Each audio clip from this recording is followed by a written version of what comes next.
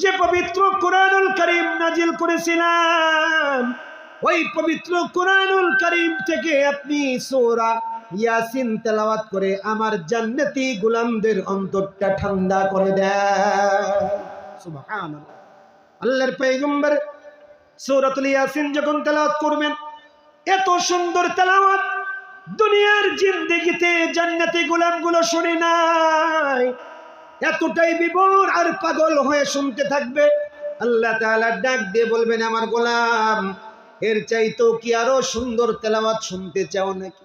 জান্নাতীরা আরো তাজ্জব হয়ে যাবে, আল্লাহ, এর চাইতেও কি আরো সুন্দর তেলাওয়াত আছে নাকি?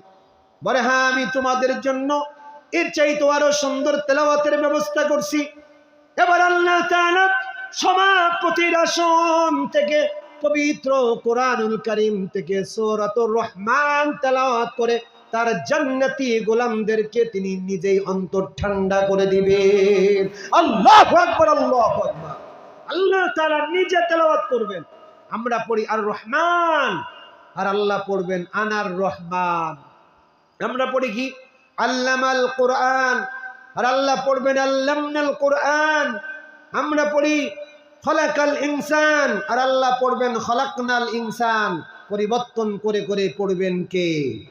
আল্লাহ। এত সুন্দর তেলাওয়াত। 40 বছর চলে যাবে, কোন কোন রওয়ায়াতে 70 বছর চলে যাবে, 70,000 বছর চলে যাবে, কিন্তু জান্নাতি গোলামদের একটা চোখের পলক পর্যন্ত পড়বে না। কোরআনের দাম আছে না নাই? ওয়ারাত্তিলিল কোরআনা তারতিলা। 2 নম্বর প্রশিক্ষণ হলো আপনাকে কোরআন শিখতে হবে। আপনি ইসলাম বুঝতে গেলে, প্রতিষ্ঠিত হতে গেলে 2 নম্বর প্রশিক্ষণ, আপনাকে কোরআন শিখতে হবে, কোরআনের কাছে আসতে হবে, কোরআন বুঝতে হবে, কোরআনের শিক্ষা আপনার সন্তানকে দিতে হবে। আজকে কোরআনের শিক্ষা আমরা সন্তানকে দিতে পারি না। যেই সব জায়গায় কোরআনের শিক্ষা দেয়, ওই সব জায়গার বিরোধিতা করি। আমি তো শুনে খুব খুশি হলাম, আপনাদের এলাকায় 7-8টা হাফেজ আছে একটা গ্রামের মধ্যে, 2-3 জন ওলামা একরাম আছে, আরো প্রায় 10-15টা হাফেজ হওয়ার জন্য মাদ্রাসায় লেখাপড়া করে। তার মানে গ্রামের জন্য একটা উজ্জ্বল ভবিষ্যৎ অপেক্ষা করছে। কথা বলেন ঠিক কিনা? সুতরাং এটা আপনাদের জন্য ভালো। এই মাদ্রাসাগুলো চালু রাখার দরকার আছে না নাই? কথা বলেন। আমি তো সেই দিকে যাইতেছি, আপনি বললেই চাইলেই পাবো। তো এই মাদ্রাসাগুলো টিকিয়ে রাখার দরকার আমার আপনার আছে না নাই বলেন? ভাই, বিদেশি খ্রিস্টানরা পর্যন্ত তাদের এক একটা জিনিস বাস্তবায়ন করবার জন্য তারা 100 বছর পরিকল্পনা হাতে নেয়। আর আমরা মুসলমান ধৈর্য হারা, তাই মুসলমানরা আমরা 10 বছর পর্যন্ত অপেক্ষা করতে রাজি না। কথা বলেন ঠিক কিনা? তাই যদি না হতো, আমরা বিগত 16 বছর ধরে, 17 বছর ধরে জুলুম নির্যাতনের শিকার হলাম, কথা বলার যোগ্যতা নাই।